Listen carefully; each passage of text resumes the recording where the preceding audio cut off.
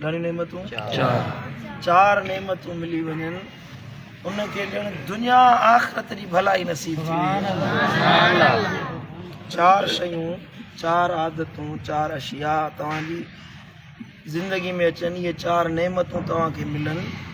साईं करीम फरमाइनि था त ॼण के तव्हांखे अलाह ताला दुनिया जूं सभई नेमतूं ॾेई छॾियूं आहिनि ऐं आख़िरत जूं सभई नेमतूं ॾेई छॾियूं आहिनि।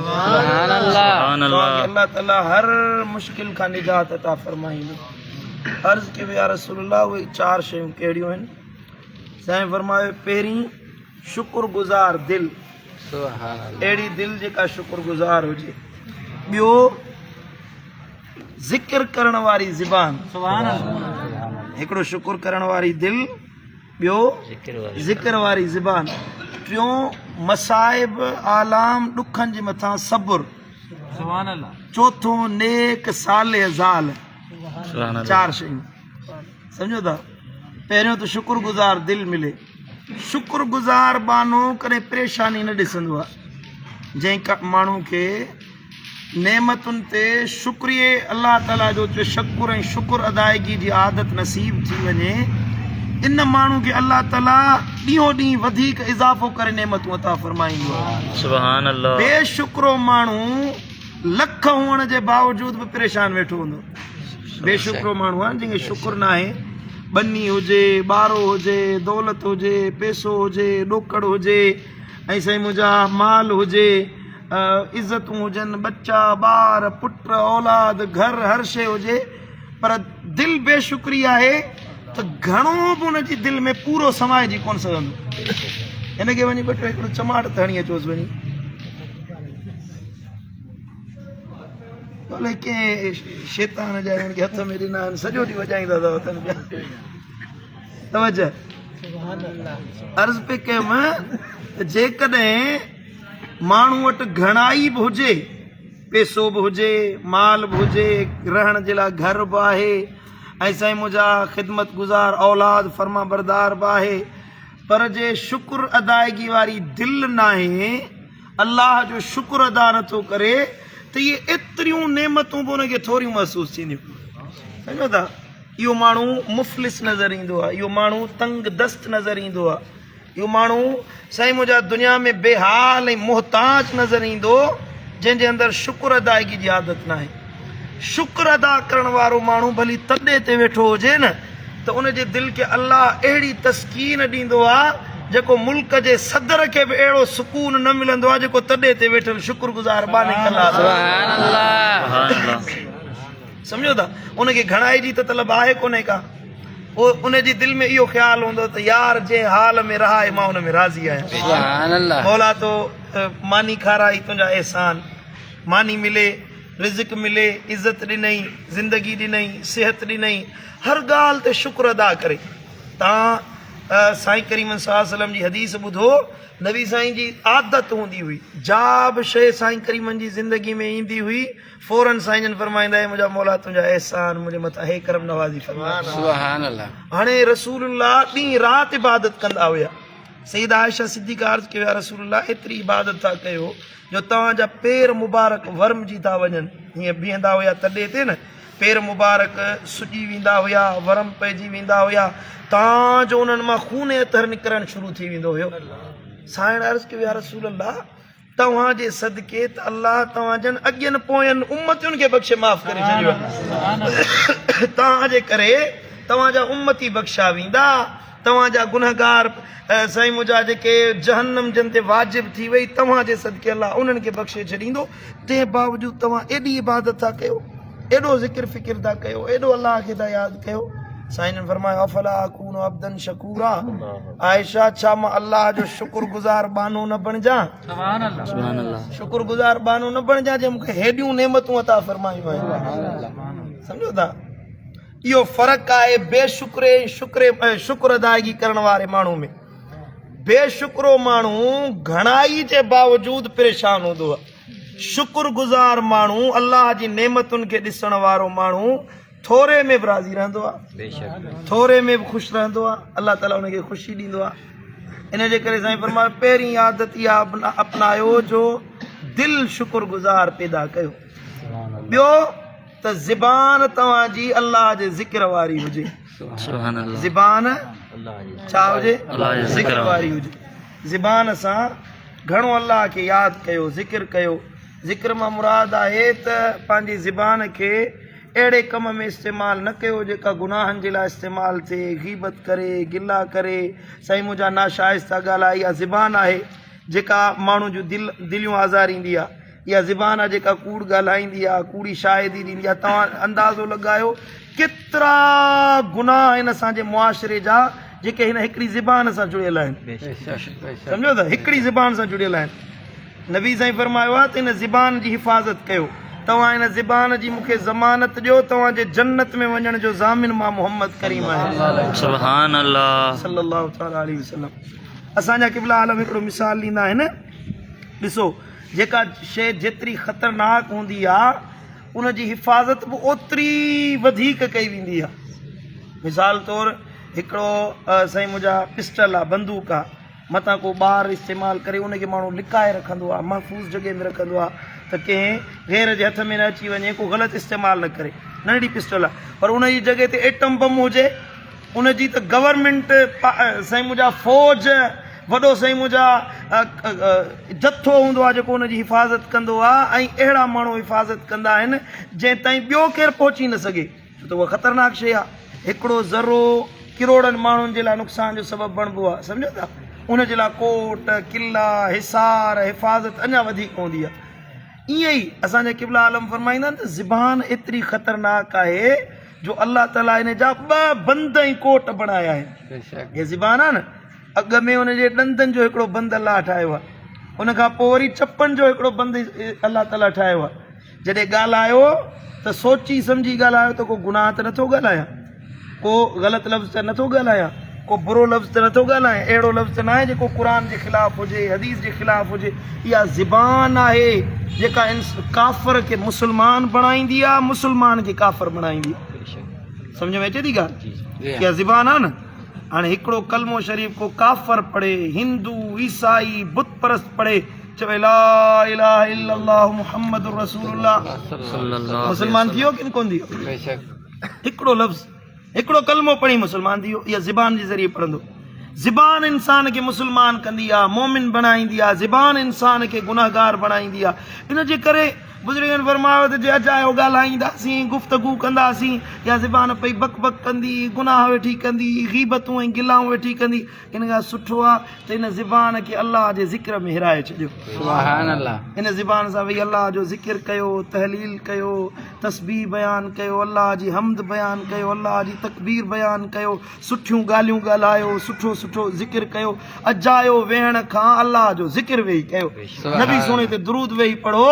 जंहिंखे इहा ज़ाकिर ज़बान नसीब थी वञे, दुनिया जी समूरियूं नेमतूं ॼण अल्लाह हुनखे अता फरमाए। सुभान अल्लाह सुभान अल्लाह। सम्झ में आई ॻाल्हि हले कोन आई? सुभान अल्लाह। पहिरियों छा हुयो? हा ॻाल्हायो सभई, हींअर ई विसारे छॾियो ॻाल्हि। शुक्रगुज़ार दिल छा हुजे? शुक्रगुज़ार दिल। हर ॻाल्हि ते अल्लाह जो शुक्र अदा। महबूबन करीमन शुक्रगुज़ार दिल छो फरमायो, इहो थोरो ॻाल्हि सम्झाए छॾियां। ज़बान सां ठलो शुक्र अदा करणु ॿी ॻाल्हि हूंदी आहे, यार बसि महिरबानी अल्लाह जी। सम्झो था, उमरा हुजे सो उन जो मोबाइल चोरी करे विया, चोर चोरी करे विया, ॾाढो भॼ डुक कई, हेॾां होॾां मिलियसि कोन। पोइ चई बसि आई दस्तगीर जे नाले ते मिली कोन पियो थो चवे, अॻ में ई चवी आहे दस्तगीर जे नाले ते वई बाबा। सम्झो था कि न कोन था सम्झो? ज़बान सां चवणु अलॻि शइ हूंदी आहे, दिलि सां मञणु ॿी शइ हूंदी आहे। इन जे करे नबी साईं फरमाए दिलि शुक्रगुज़ार हुजे, ज़बान ज़िक्र करण वारी हुजे। ऐं टियों सुभान अल्लाह, टीं ॻाल्हि आहे जॾहिं तकलीफ़ पहुचे, मुसीबत पहुचे, ॾुख पहुचे, दर्द पहुचे, उनजे मथां सब्र करे।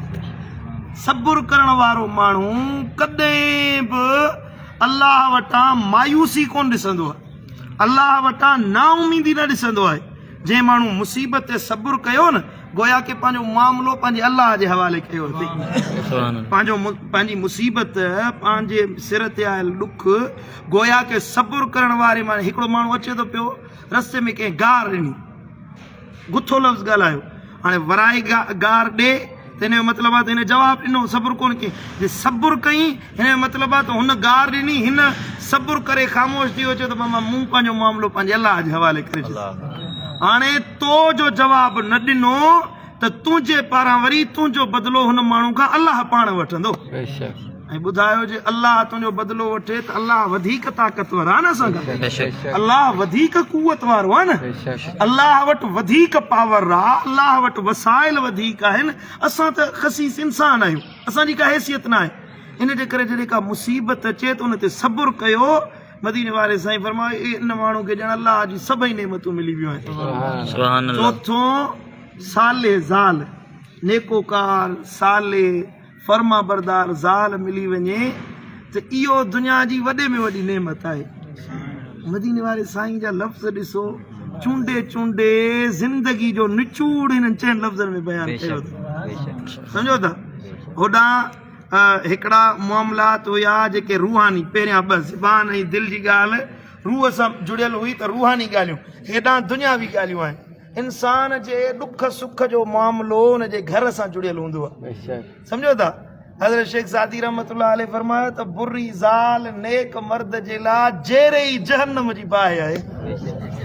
हाओ कि न, ज़ाल कावड़जी पवे त माण्हू ॿाहिरि अची वेही रहंदो, मस्जिद में मज़ो कोन ईंदो। सम्झो था, घरेलू मामलात आहिनि, घरेलू मुसीबतूं आहिनि। नेक ज़ाल फर्मा बरदार ज़ाल उनखे मिलंदी जेको पाण पारसा ऐं निगाहुनि जी, दिल जी, शर्मगाह जी हिफ़ाज़त करण वारो हूंदो। बुछड़े माण्हू जे लाइ बुछड़ी ज़ाल, क़ुरान जो फरमान आहे, क़ुरान जो फ़ैसिलो आहे, क़ुरान जो फ़ैसिलो आहे त पाकीज़ अत्तय्यिबून लित्तय्यिबात वत्तय्यिबात लित्तय्यिबीन। क़ुरान तो फरमाए जेके पाकीज़ा ज़ालूं आहिनि पाकीज़ा मर्दनि जे लाइ, पाकीज़ा मर्द पाकीज़ा ज़ालुनि जे लाइ। वल ख़बीसून लिल ख़बीसात वल ख़बीसात लिल ख़बीसीन। क़ुरान तो फरमाए ख़बीस औरतूं ख़बीस मर्दनि जे लाइ, ख़बीस मर्द ख़बीस औरतुनि जे लाइ। इहो इंसान जे पंहिंजे मथां आहे। ज़ाल जो अमुर फरमाइण मां मुराद रसूलुल्लाह सल्लल्लाहु तआला अलैहि वसल्लम जो इहो आहे, साईं जन इशारो ॾियनि था तव्हां पाण पाकीज़ा बणिजी वञो, बुराई खां, बुछड़ाई खां, बेहयाई खां, ज़िना खां, बदकारी खां, फहाशी खां, उरियानी खां, साईं मुंहिंजा इहे जेके जिन्सी जराइम आहिनि उन्हनि खां पंहिंजो पाण खे पाक करे छॾियो। अलाह तव्हांजे घर खे, तव्हांजे लाइ, तव्हांजी ज़ाल खे पाकीज़ा बनाए छॾियो। सुभान अल्लाह। सम्झ में आई ॻाल्हि लिखो था? सुभान अल्लाह। जे तव्हां चाहियो था त तव्हांजे घर, तव्हांजो घर बुराई खां महफ़ूज़ रहे, बेहयाई बदकारी खां महफ़ूज़ रहे, तव्हां पाण पाक बणिजी वञो। बाज़ार में निकिरो त निगाहुनि जी हिफ़ाज़त कयो, सम्झो था, नज़रुनि जी हिफ़ाज़त कयो। कंहिं का औरत बेपर्दा अचे थी, तव्हां जूं अखियूं त बेपर्दा न आहिनि न, पंहिंजी निगाहुनि सां उन्हनि खे तकियो न, कंहिं गैर मोहरम ॾे निहारियो न, पंहिंजे यारनि दोस्तनि में वेही कंहिं औरत जो ज़िक्र न कयो, हुनजे साईं मुंहिंजा आज़ा जो या औरतुनि जो तज़किरो फ़हश अंदाज़ में, बदकारी वारे अंदाज़ में, संगत में, यारी में बि इहो ज़िक्र न कयो, छो त उहो तव्हांजी तबियत ते असरु पवंदो। बेहयाई जो तज़किरो करणु तव्हांजे दिलि दिमाग़ ते असरु कंदो। इंसान खे इहो ज़िक्र, बेहयाई जो तज़किरो बेहयाई ॾे वठी वेंदो, बदकारी ॾे वठी वेंदो, गुनाहनि ॾे वठी वेंदो। तव्हांजो ज़िक्र करे करे करे करे आदत अपनाए वञी इंसान गुनाह जो कमु करे वेंदो आहे। इन जे करे तव्हां बेहयाई जो तज़किरो ई न कयो। गुनाहनि वारो, फुश ॻाल्हि, गार, गंद, यार दोस्त वेठा आहियो, पाण में वेझा यार आहियो, पंहिंजी ख़लवत जलवत ॿई बराबरि रखो। जहिड़ा तव्हां माण्हुनि जे साम्हूं भला आहियो न, माण्हुनि जे साम्हूं ते ख़ाजा ख़िज़र पियो थो अचे, वरी तन्हाई में वरी बेहयाई बदकारी वेठा कयो, या यारनि सां गॾु वियो त उहो बुछड़ी ॻाल्हि वेही कयो, सम्झो था, औरतुनि वारो तज़किरो कयो, फुहुश ॻाल्हि कयो, बदकारी वारी गुफ़्तगू कयो, त इहो तव्हांजी ख़लवत जलवत बराबरि न हूंदी, मुनाफ़िक़त आहे। माण्हुनि जे लाइ हिकिड़ो अंदर में ॿियो माना अलाह सां जाड़ थो करे न, धोखो थो करे। तव्हांजूं तबियतूं तव्हांजे मामलात ते मबनी आहिनि।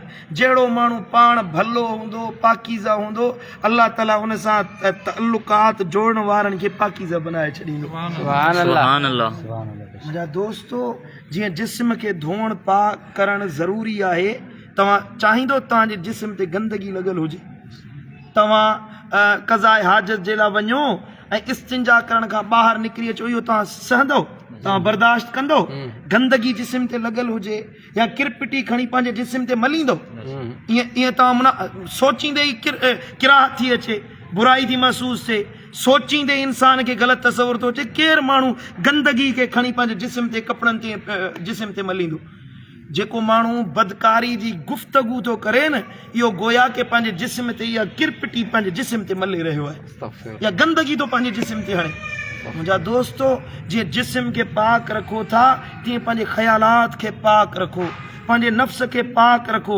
जॾहिं तव्हां पाक हूंदो त तव्हां जूं ज़ालूं तव्हां जहिड़ा पाकीज़ा बणिजी। सुभान अल्लाह, सुभान अल्लाह। ऐं नबी साईं फरमायो, जंहिंखे इहे 4 नेमतूं मिली वञनि उनखे ॼण दुनिया आख़िरत जूं हड़ी नेमतूं अल्लाह अता करे छॾियूं। सुभान अल्लाह। अल्लाह ताला शाल पंहिंजी नेमतुनि जो हक़दार बनाए, असांखे हर उहो कमु करण जी तौफ़ीक़ ऐं हिम्मत अता फरमाए जंहिंमें अल्लाह राज़ी थिए, मदीने वारो साईं राज़ी। अल्लाह आमीन।